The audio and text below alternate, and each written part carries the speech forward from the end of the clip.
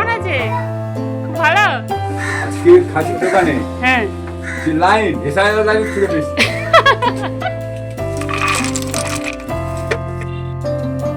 বাহ, খুব সুন্দর দেখতে হচ্ছে না, ভালো সেলমেট।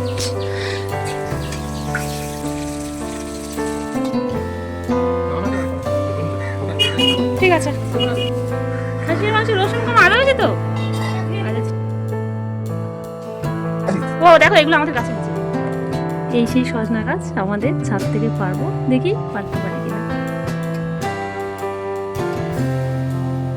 রীতি বদলেছে, পাল্টেছে পালনের ধরনও, কিন্তু আবেগ আজও একই।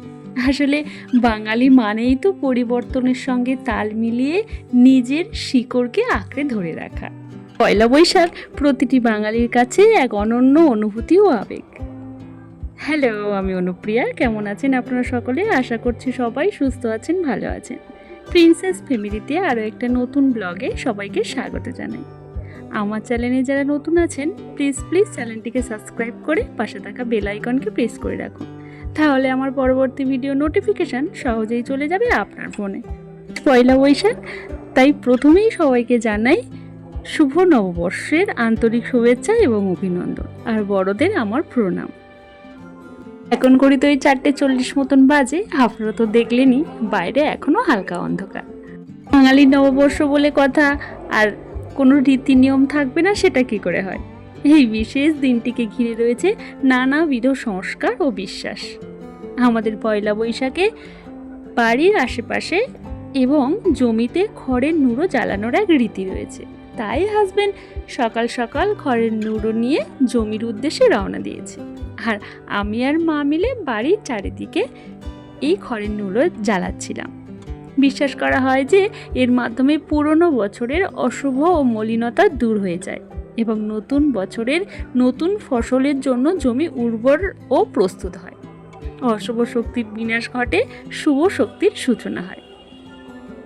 চৈত্র সংক্রান্তিতেই মা ঠাকুর ঘর পরিষ্কার করে ভগবানের পোশাক পরিবর্তন করে রেখেছিল, আর আমি বাকি কাজ ছেড়ে নিয়েছি, আর মা ঠাকুর ঘরে সেবা দিতে চলে এসেছে। আজ একটু পুজো দেওয়ার আছে, তাই ঠাকুর ঘরে একটু সময় লাগবে। আর এই যে দেখুন, এতক্ষণে সূর্যি মামা উদয় হলেন।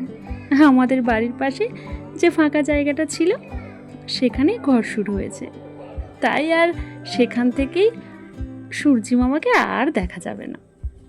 হিন্দু ধর্মের যে কোনো শুভ কাজের আগে হলুদ ব্যবহার করা হয়, যা পবিত্রতা ও সৌভাগ্যের প্রতীক।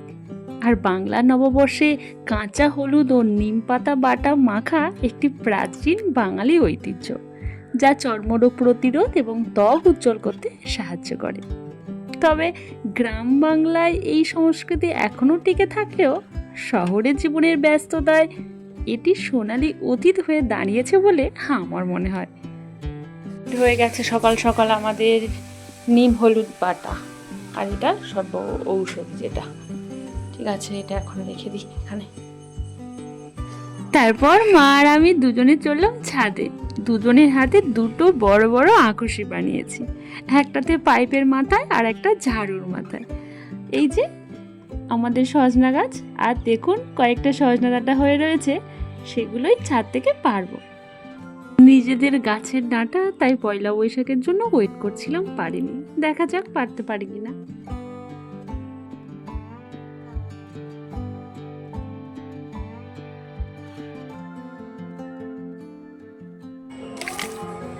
এই তো হাত দিয়ে বেড়ে নিয়েছি। ওইখানে রাখবো, পারে রাখ। গেল নিচে পড়ে।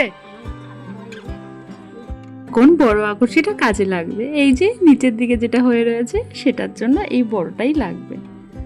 সজনা ডাঁটাগুলো নিচে পড়ে গেছে, নিচ থেকে নিয়ে নেব। আর যেটা হাত দিয়ে পেরেছিলাম সেটা নিয়েছি। চলুন আপনাদের এখন দেখাই আমার ছাদের গাছগুলো। দেখুন ড্রাগন গাছটা কি বড় হয়ে গেছে।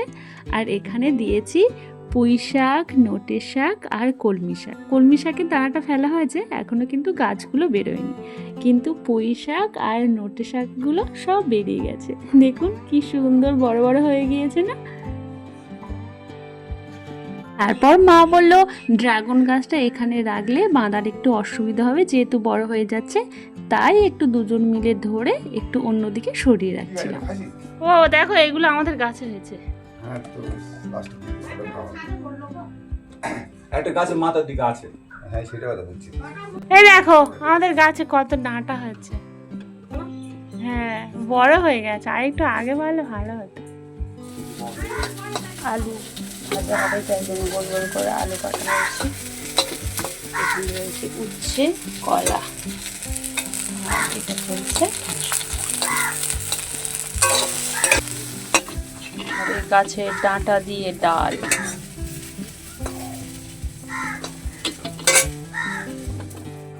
খুব বড় বড় বাটা মাছ। হ্যাঁ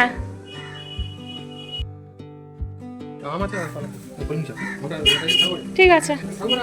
হ্যাঁ হ্যাঁ মা কলমি শাক এনেছে আর আম এনেছে।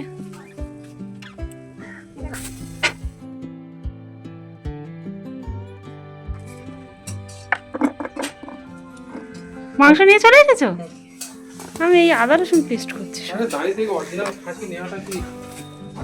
সকাল থেকে লাইনে কতজন, 50 জন নাকি 100 জন করে লাইন দিয়েছে খাসির মাংস নেওয়ার জন্য। ওই তো ওরা সবাই গল্প করছে। দেখি তো মনে হচ্ছে ভালো। সুন্দর চর্বি আছে, চর্বি। খাসির মাংস রসুন কম আদা হয়েছে তো? আচ্ছা ঠিক আছে, আমি ভুলে গিয়েছিলাম। Paste ready. মাংসটা দেখেই তো মনে হচ্ছে ভালো। কত মাংস নিয়েছো? অনেক তো দেখে মনে হচ্ছে। 2 কেজি না 1.5 কেজি? জানতে হবে না। আর দেখে মনে হচ্ছে 2 কেজি কি 2 কেজির মতো। এটা হচ্ছে না, ভালো সেল বেরোচ্ছে। আমি এখানে মাংস ধুয়ে দিচ্ছে।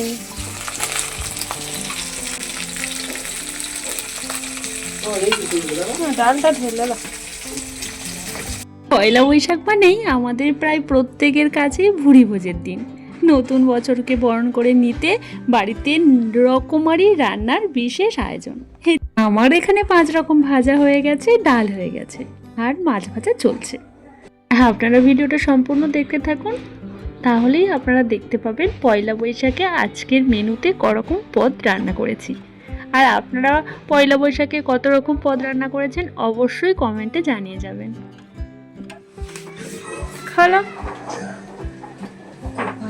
বাহ, খুব সুন্দর দেখতে। মা তো বসে বসে টিভি দেখছে। খুব সুন্দর, খুব সুন্দর। দেখো খুব সুন্দর কালার, সুন্দর হয়েছে। মা কি মিষ্টি দিয়েছে! ও বাবা, কত রসগোল্লা দিয়েছে আজকে খাসির দোকানে। হ্যাঁ লাইন এসআইআর লাইন থেকে বেশি।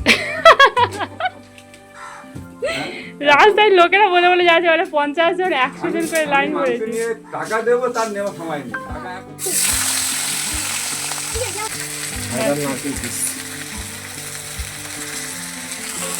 আমাদের রান্না প্রায় শেষের পথে, আর মা বলল আজ কলা পাতায় করেই খাওয়া হবে। আর আমাদের যে সেই ছোট্ট কলা গাছটা কিনে আনা হয়েছিল, তার পাশে আরো অনেক গাছ হয়েছে। এই যে গাছ তো এত উঁচু হয়ে গেছে, ওই উপরেরটা পারতে হবে। কলা পাতায় খাওয়ার ঐতিহ্য বাঙালি সংস্কৃতির এক অবিচ্ছেদ্য অংশ। আগে যে কোনো উৎসব অনুষ্ঠানে কলা পাতায় খাওয়ার রেওয়াজ ছিল, এখন তা আর নেই। তবে ইদানিং আবার বিভিন্ন বাঙালি রেস্তোরাঁতে কলা পাতায় খাবার দিতে দেখা যায়। শুধু কি দেখতে ভালো লাগে বলেই কি কলা পাতায় খাবার পরিবেশন করা হয়? একদমই নয়। কলা পাতায় পলিফেনল নামক উপাদান থাকে, যা গরম ভাতের সাথে মিশে খাবারের স্বাদ ও পুষ্টি বাড়িয়ে দেয়, এমনকি হজমেও সাহায্য করে। কলা পাতা সম্পূর্ণ পচনশীল, পরিবেশ বান্ধব ও স্বাস্থ্যকর হিসেবে গণ্য। হলুদ মাখা কমপ্লিট, স্নান করবো। অবশ্য বলে কথা, আর নতুন জামা পরবো না সেটা কি করে হয়? প্রচলিত বিশ্বাস অনুযায়ী বছরের এই প্রথম দিনটিতে যেভাবে অতিবাহিত করা হয় তার প্রভাব পড়ে গোটা বছরের। পয়লা বৈশাখে আমাদের বিশেষ অতিথি হচ্ছে সবুজ। তোর নাম বলো? আচ্ছা, তুমি তাহলে কি আমাদের বাড়িতে আজকে নিমন্ত্রণ? আমরা ওয়েট করি এখন। ও বাবা, বাবা খাওয়া শুরু করে এবার। ঠিক আছে, শুভ নববর্ষের দিনে কি রান্না হয়েছে? হ্যাঁ, কি কি রান্না হয়েছে দাও সবাইকে একবার দেখাই।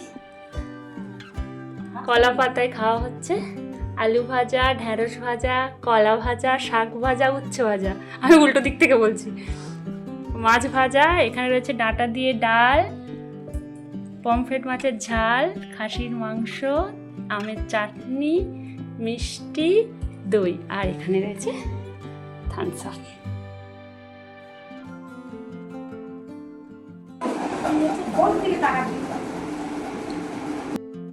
আচ্ছা, সবাই খাচ্ছি পাতায়। কেমন আছে মা? আচ্ছা, ও রান্না কেমন আছে? খুব ভালো, ঠিক আছে। এখন আমি খাওয়া শুরু করছি। এখন খাচ্ছি আমের চাটনি।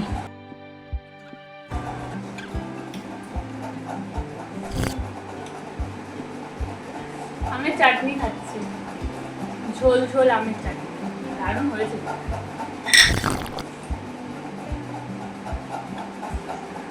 খাওয়া শেষ, বাবা উঠে চলে গেছে, সবুজ বাড়ি চলে গেছে। খুব ভালো লাগে না তো? মা এখন তো খেয়েই ভালো যাচ্ছে। লাগে। মা কত জানি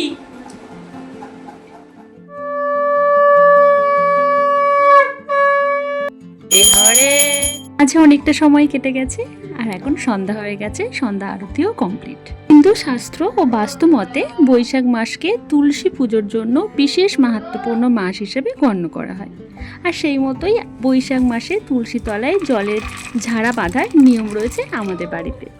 এটি একটি মাটির পাত্রে জল রেখে তাতে সামান্য ছিদ্র করে তুলসী গাছের ওপর ঝোলানো হয়, যাতে সারাদিন ধরে ফোঁটায় ফোঁটায় জল তুলসী গাছের গোড়ায় পড়তে থাকে। প্রতি বছর পয়লা বৈশাখের দিন তুলসী মঞ্চে এই ঝাড়া আমাদের বাঁধা হয়। তার মধ্যে দেওয়া হয় ফুল ও একটা কাঁচা আম, আর সন্ধ্যায় হরিণ লুট দিয়ে এর সূচনা করা হয়। এবং বৈশাখ মাসের সংক্রান্তিতে আবার হরিণ লুট দিয়ে এই ঝাড়াকে নামানো হয়। আজ নববর্ষে আমার সারাটা দিন তো খুব ভালো কাটলো। আশা করব এই নতুন বছর আপনাদের সবার অনেক আশা ও ভালোবাসায় ভরা হোক। আমার ভিডিও যদি আপনাদের ভালো লাগে অবশ্যই একটা লাইক করে দেবেন, বন্ধুদের কাছে শেয়ার করবেন, আর ভিডিওটা কেমন লাগলো অবশ্যই জানাবেন। আজ তাহলে আসি, দেখা হবে খুব তাড়াতাড়ি পরবর্তী একটি নতুন ভিডিওতে। আপনারা সবাই সুস্থ থাকবেন, ভালো থাকবেন, টাটা।